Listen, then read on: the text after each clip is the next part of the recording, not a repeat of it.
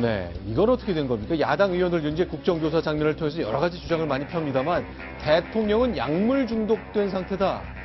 그러나 청와대 참모들 당연한 얘기지만 동의하지 못한다고 말했습니다. 자, 황수석 기자께 다시 한번 여쭤보겠습니다. 지금 어떻게 된 거죠? 저 얘기는? 일단은 이 검찰, 그러니까 지금 증인으로 국정감사에 지금 출석을 해야 될, 그러니까 나오라고 부른 사람들이 지금 대부분 출석을 하지를 않은 상태입니다. 네. 일단은 다 공직에 있고 공사 다망한 분들이기 때문에 그런데요. 네. 대표적으로 일단 김순환 검찰총장과 우병우 전 민정수석 이 두 사람은요. 수신 거부입니다. 그러니까 출석 통지서를 줬는데 못 받았다 그러고 안 나오고 있고요.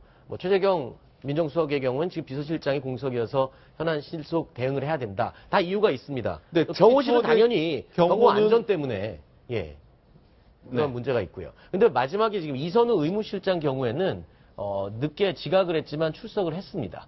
1시간 뒤늦게 와서 지금 증인 출석해서 신문을 받았습니다. 근데 의무실장 경우는 안 나오다가 국회가 호통을 치니까 사후적으로 나왔다는 얘기잖아요. 그러니까 나올 수 있었다는 얘기군요.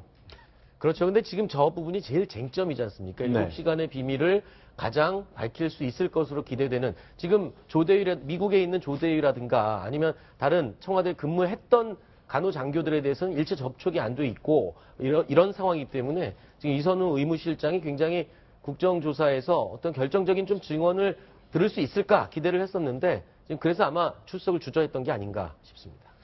자, 그럼 대통령이 7시간, 역시 국정조사 장면에 세월호 시점에 7시간 굉장히 궁금했거든요. 그건 어떤 얘기가 나왔는지 좀 하나씩 좀 여쭤봤으면 좋겠습니다. 자, 한광욱 비서실장이 주로 답을 했다 그러는데 한광욱 실장은 잘 모르잖아요. 그렇죠? 사실상 비서실장으로 재임된 지 얼마가 되지 않았고 지금 사실 최재경 민정수석도 그렇고 한광욱 비서실장도 마찬가지로 출석을 해야 나와서 할 수 있는 얘기 자체가 별로 없는 상황이었습니다.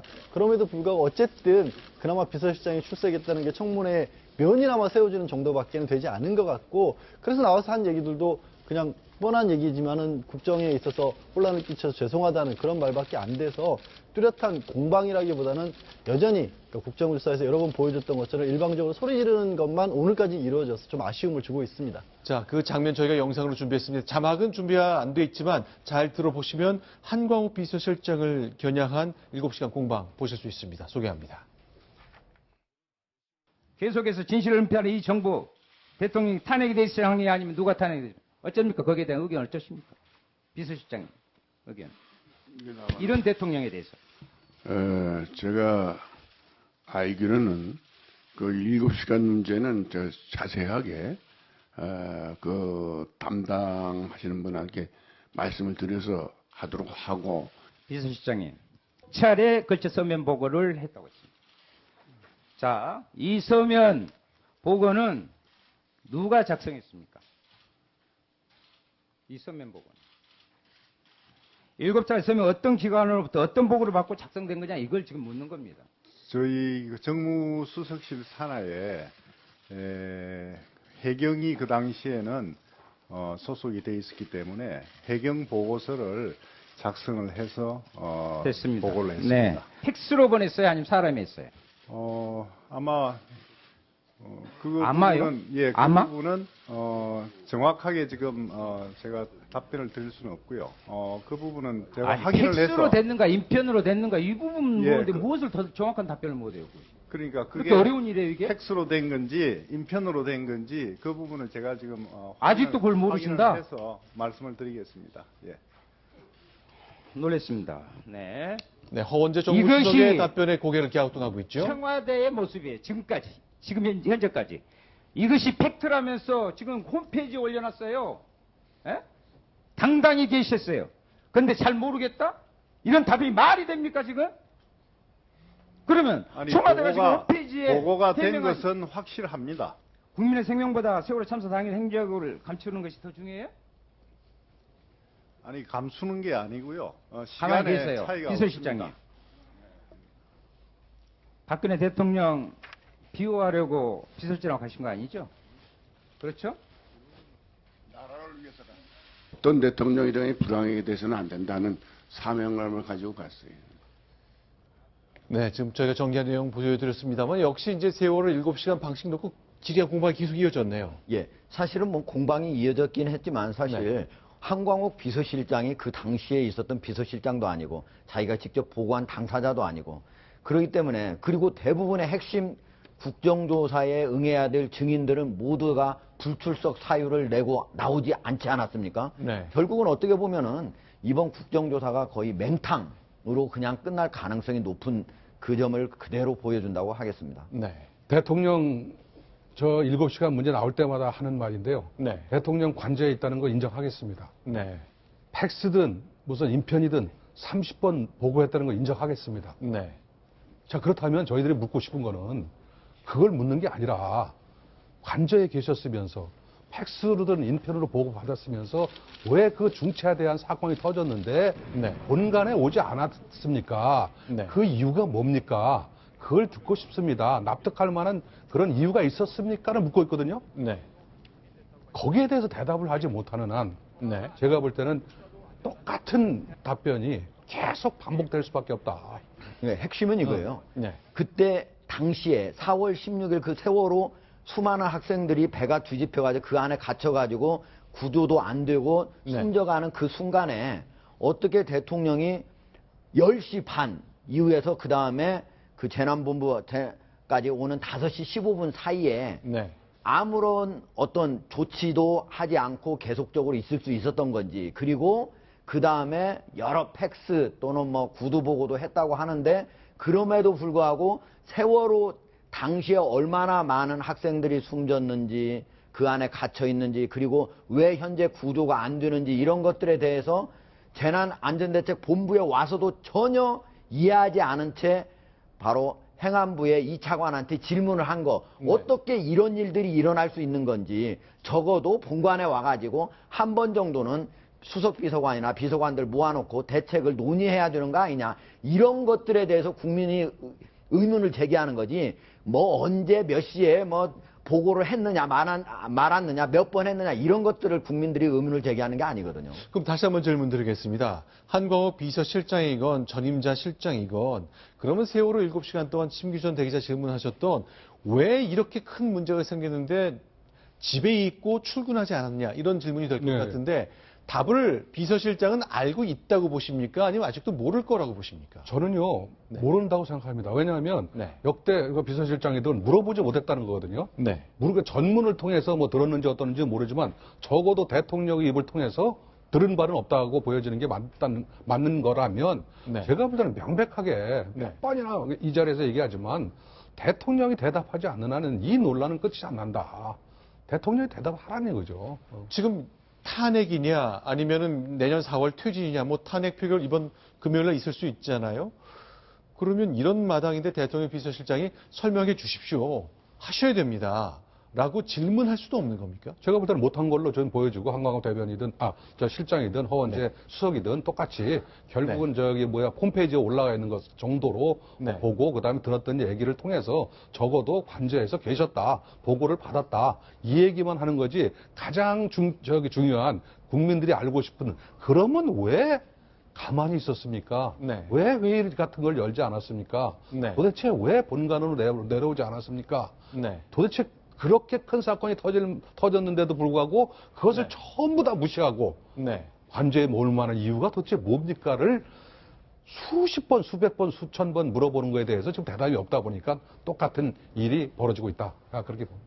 그러니까 비서실장은 대통령한테 묻지 못하고 있고 대통령은 먼저 설명하지 않고 있습니다. 바로 이렇게 답변에 공백이 있는 그 틈을 비집고 들어오는 것이 성형 의혹입니다. 잠시 후 영상 소개할 건데요. 박영선 의원이 성형 관련된 의혹을 내놨습니다. 그러니까 이제 진보 진영에서 하는 얘기죠.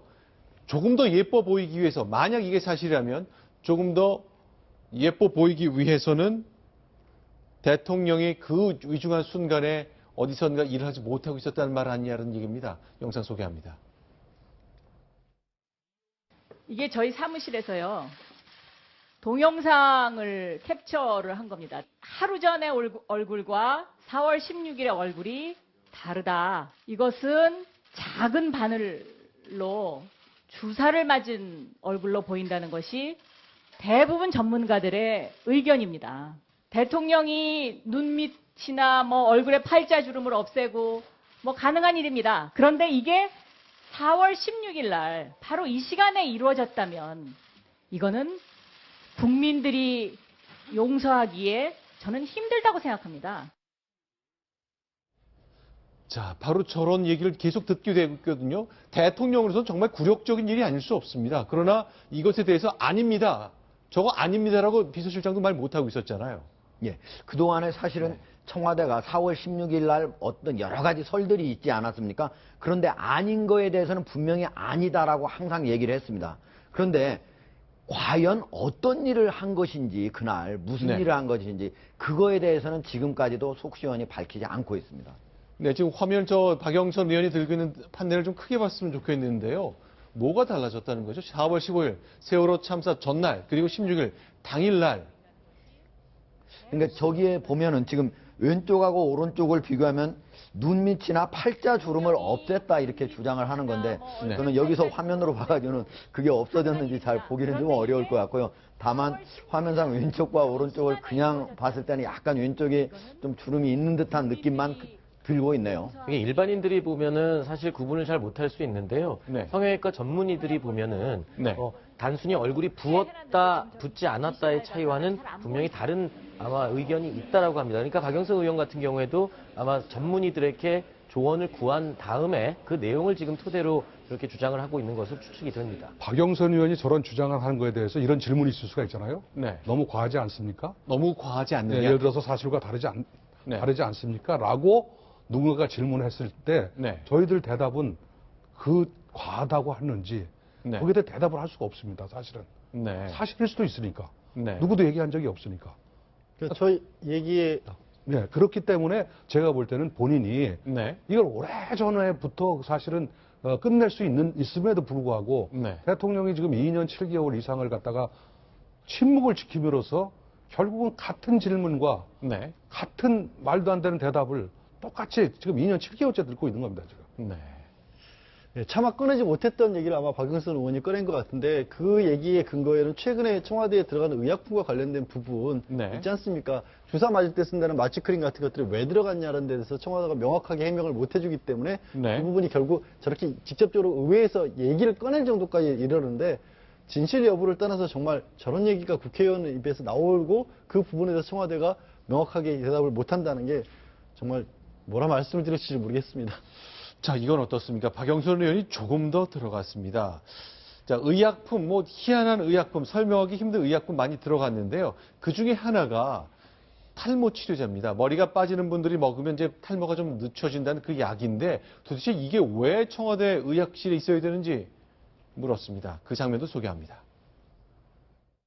청와대에서 누군가가 탈모제를 8알씩 2년간 지속적으로 한 달에 한 번씩 받아갑니다. 그런데 그 이름이 누군지는 지금 의무실에서 밝히지 않고 있습니다. 원래 이 프로스카라는 약은 전립선 비대증 치료제인데 탈모, 발모 치료 시에는 5분의 1을 절단해야 된다. 이렇게 써 있어요. 자, 이게 누군지 저는 이걸 밝혀야 된다고 생각하는데 이런 발모 치료제까지 국민의 세금으로 청와대에 근무한다고 해서 이것 내줘야 하느냐는 문제가 있고요. 그런데 전립선 비대증인 것처럼 속여가지고 청와대에서 이런 식으로 발모제를 누군가에게 지금 지속적으로 줬습니다. 저 박영선 의원의 네. 발언을 들어보면요. 왜 수많은 약제가 들어갔는데 왜 탈모제를 골랐을 것 같으세요? 제 생각에는 네. 이 다른 약품들은 그냥 모든 불특정 다수가 네. 그 약을 접할 수가 있거나 복용할 수가 있습니다. 그런데 탈모 치료제라 그러면은 외형상으로 네. 굉장히 특정할 수 있는 범위가 좁아지지 않습니까? 네. 그러면 그 대상을 찾게 되면 나머지 의약품이 주로 공급되거나 사용된 사람도 네. 밝힐 수 있는 그런 연결고리가 될 수 있는 특정 의약품이라고 아마 박영선 의원이 생각하지 않았을까 네. 생각이 되고요. 지금 발언 중에 그런 얘기를 했어요. 이 청와대 직원이라고 해서 탈모 치료제를 공짜로 먹는 건 세금 낭비다. 라고 이야기를 했지만 이거는 이제 명분상 그렇게 네. 얘기를 하는 거고 진짜 의도는 이 탈모 치료제를 먹는 사람, 특정된 소수의 어떤 사람이 밝혀지면 그와 관련된 그 다른 사람, 그 무리가 다른 약품들도 소비를 하는데 주된 대상이 되지 않았겠냐. 이렇게 물고 들어가는 아마 연결고리라고 생각을 해서 탈모 치료제를 특정한 것 같습니다. 자, 그러니까 여러 가지 기강이 좀 무너졌다는 걸 얘기하고 싶은 거겠죠. 자, 필요한 약이 있으면 자기가 진단받아서 처방받아 자기 돈 주고 사 먹으면 되는데 이런 것까지 청와대 예산 갖고 갖다 먹으려는 사람이 있었다는 것, 그 얘기를 좀 하고 싶은 것 같고 이제 이런 약 저런 약 구입했는데 탈모 치료제까지 나왔느냐 이런 지적인 것 같습니다. 청와대 답을 못하고 있습니다. 이번엔 세 번째 소식으로 넘어가겠습니다. 순위 보겠습니다.